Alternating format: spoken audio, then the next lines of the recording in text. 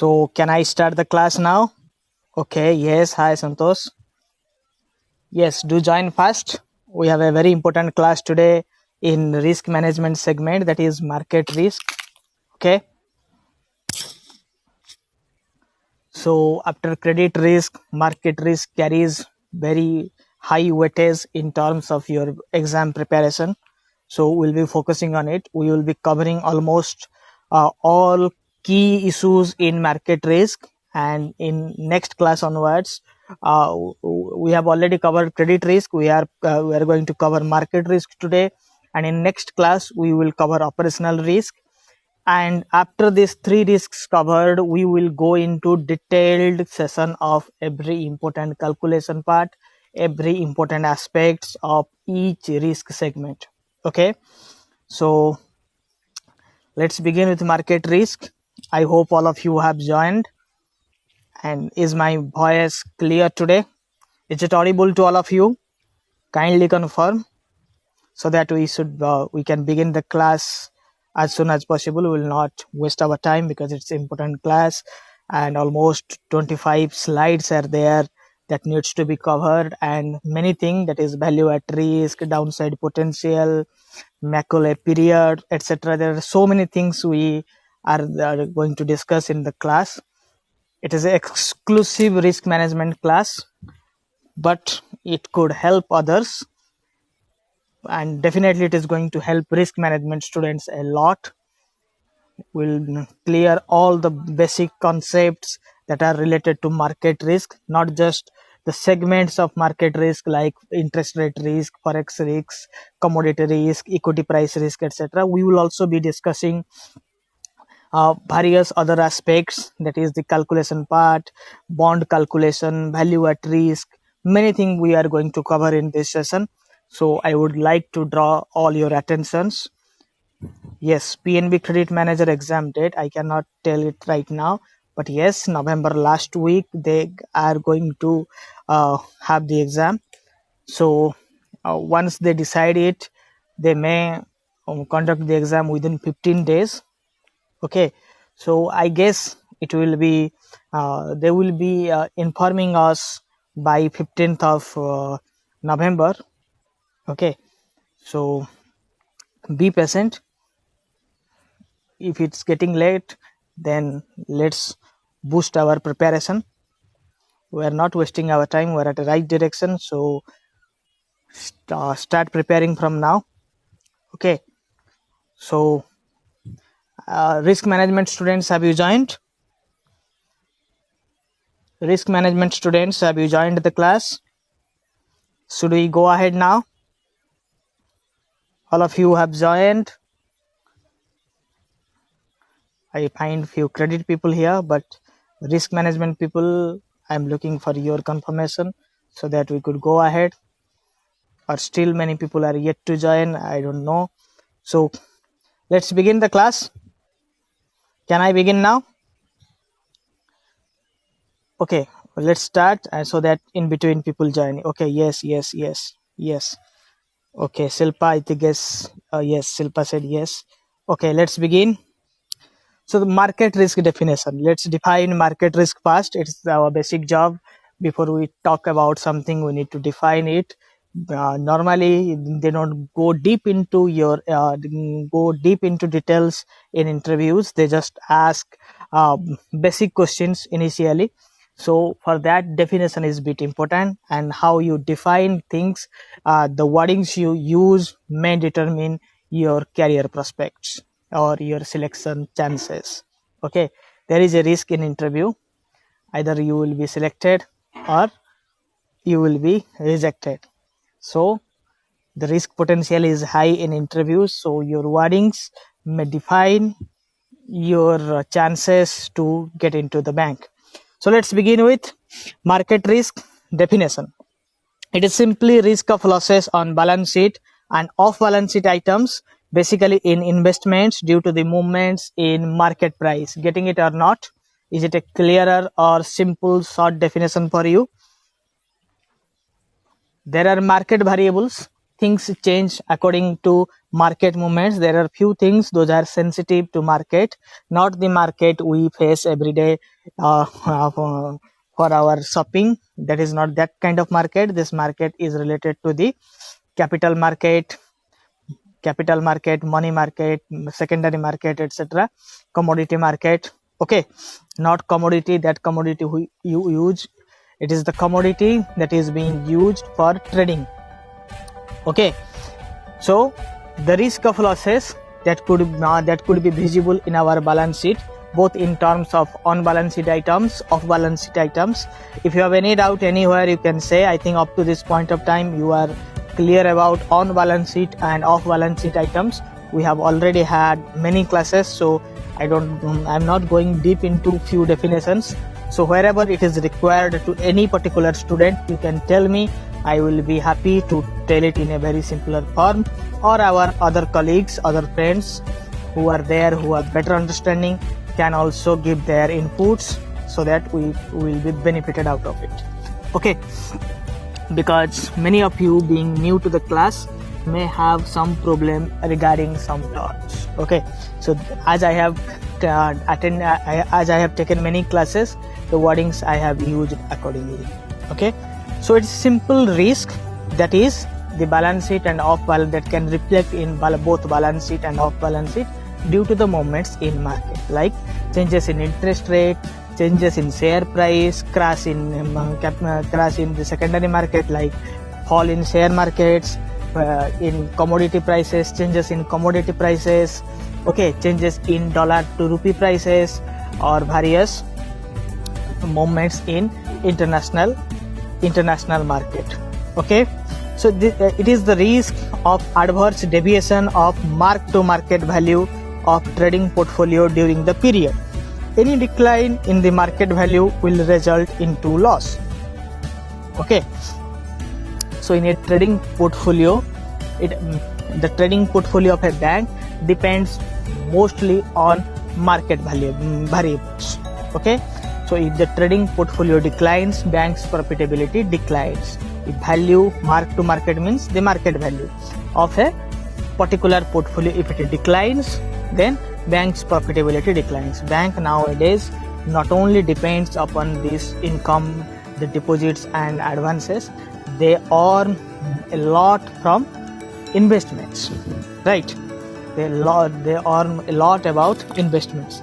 There is a recent, some of you could have a sense of market kind of thing in the recent web series released there, Scam 1992, Harshad Mehta Scam. So this entire episode is not for layman's. I find many layman's in the entire nation would not be able to understand the terms that are being used there, though they are clarifying it. But the entire Scam 1992 is something that bankers need to watch.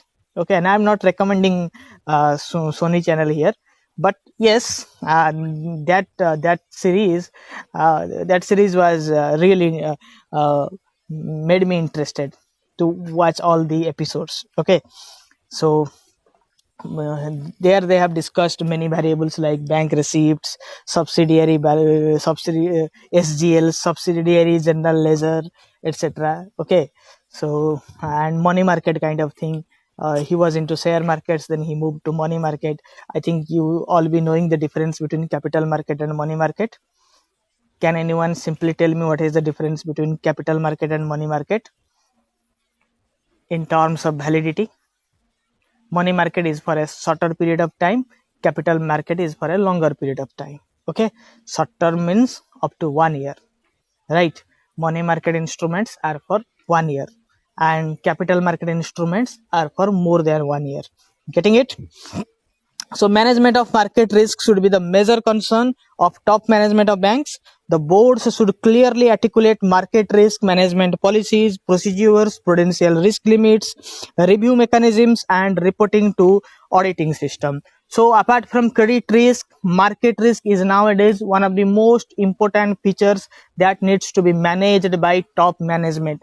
Without a effective market risk management, banks could not make profit. Even if they are doing profit, if they would not be managing their market risk, any day their entire money could be eroded. And in banks, if you let your money erode, if you let your money decline, it is a criminal offense because you deal with public money, and it is your basic duty. It is your basic duty that you give profitability on the investment to the depositors. Okay, so you need to pay interest to the depositors. You cannot default on your commitments. It is your basic duty that you provide interest in a particular interval to your depositors. If somebody has invested in some instruments in your bank, it is bank's duty that bank will give him the due return in their investment. Okay, so that's why. And nowadays market is very, very, very sensitive. If they will not be managing it effectively, in a single day the entire money of bank can even erode, because there are instruments like derivatives, which is very high risk trading, and trading in derivatives could erode all the money. Okay, if even in India, if banks will advise their clients to invest in derivatives, it is a offense. Okay, because public is not having sufficient knowledge about derivatives, and without sufficient knowledge, trading in derivatives could be detrimental, could erode all the money, could kill all the savings of a particular customer.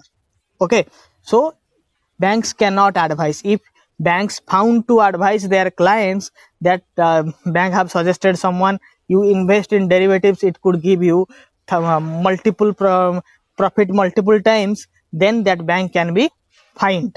Okay, few years back, I think 10 years back, I had an article where this Axis Bank's AMC, I think asset management company, has suggested its client to go for derivative trading, and they have fined with 1000 crore or some odd number. I don't exactly remember that. Okay, so let's read more definitions of market risk. The policies should address the bank exposure on a consolidated basis and clearly articulate the risk measurement system that capture all material sources, market risk, and assess effects on the banks. Okay, the operating prudential limits and accountability of the line management should also be clearly defined. Are you getting what is prudential limit? Prudential limit is a limit that RBI set for everything. Okay, prudential limit means a regulatory limit that a regulator sets for their client, that up to this point of time, like in we have read about large credit exposures. In large credit exposures, banks are not allowed to give exposure beyond 25% to any group company. Okay, and for individuals, you cannot loan up to 20%, beyond 20% of your tier 1 capital, right? And 5%, more 5% with RBI approval can be done. Okay, so the asset liability management committee should function as the top operational unit for managing the balance sheet within the performance risk parameters laid down by the board.